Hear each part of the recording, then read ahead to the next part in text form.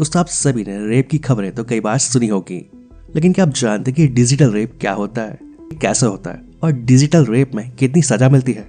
अगर नहीं तो इस वीडियो को एंड तक एक बार पूरा जरूर देख लें और जानकारी अच्छी लगती है तो इस वीडियो को लाइक करके अपने दोस्तों के साथ शेयर जरूर करें, जिससे कि वो भी इस जानकारी से अवगत हो सके। तो सबसे पहले आपको बता दें कि डिजिटल रेप का मतलब ये बिल्कुल नहीं है कि किसी लड़की या लड़के का शोषण इंटरनेट के माध्यम से किया जाए।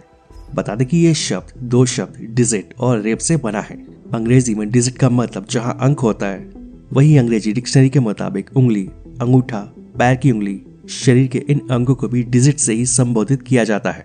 लेकिन ये डिजिटल रेप होता कैसे है? तो यौन उत्पीड़न जो कि डिजिट यानी कि उंगली, अंगूठा, पैर की उंगली से किया जाता हो, उसे डिजिटल रेप कहा जाता है। दरअसल डिजिटल रेप से जुड़ी घटनाओं में किसी युवती के प्राइवेट पार्ट में फिंगर्स, अंगूठे या फिर हाथ का इस्तेमाल किया जाता है। और आपको बता दें कि रेप और डिजिटल रेप में जो सबसे बेसिक फर्क है वो है रिप्रोडक्टिव ऑर्गन के इस्तेमाल का। और कानून की नजर में रेप तो रेप है, उसमें कोई फर्क नहीं होता है।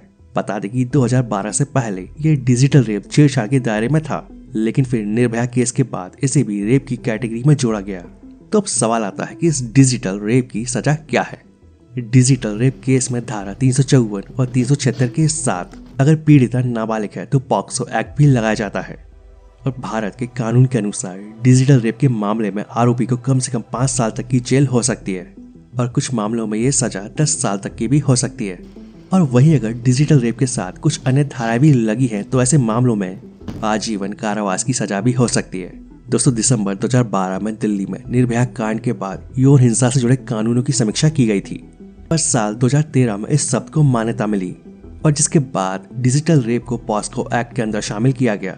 दोस्तों, भारत के पूर्व मुख्य न्यायाधीश न्यायमूर्ति वर्मा की अध्यक्षता वाली समिति ने कुछ सुझाव दिए और इनमें से कई को अपनाकर दशकों पुराने कानून में बदल दिया गया। और साल 2013 में जबरन लिंग योनि प्रवेश को शामिल करने के लिए बलात्कार की परिभाषा का विस्तार किया गया था।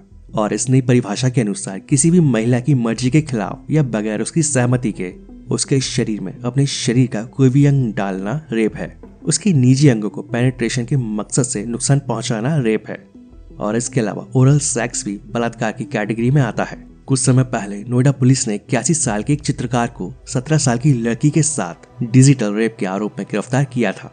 और चित्रकार मॉरिस राइडर मूल रूप से प्रयागराज का रहने वाला था और कई सालों से नोएडा में रह रहा था। और मॉरिस पर पीड़िता के साथ डिजिटल रेप का आरोप लगा था। और पिछले साल सितंबर में नोएडा कोर्ट ने डिजिटल रेप के आरोपी अकबर को उम्र कैद की सजा सुनाई थी और साथ ही कोर्ट ने आरोपी पर 50,000 रुपए का जुर्माना भी लगाया था। वैसे ज्यादातर मामलों में ये देखा गया है कि डिजिटल रेप की वारदातें ज्यादातर बच्चों के साथ ही होती है, तो इसी वजह से बच्चों के हाव भाव पर नजर रखना बेहद जरूरी हो जाता है। और अगर कोई बच्चा किसी भी बैड टच की शिकायत करता है तो उसके पास के पुलिस स्टेशन या महिला पुलिस स्टेशन में तुरंत रिपोर्ट करनी चाहिए।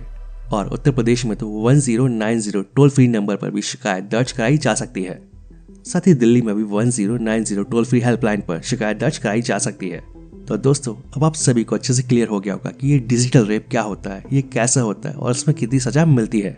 आशा करते हैं आप सबको ये जानकारी पसंद आई होगी। वीडियो अच्छा लगता है तो वीडियो को लाइक और अपने दोस्तों के साथ शेयर जरूर करें।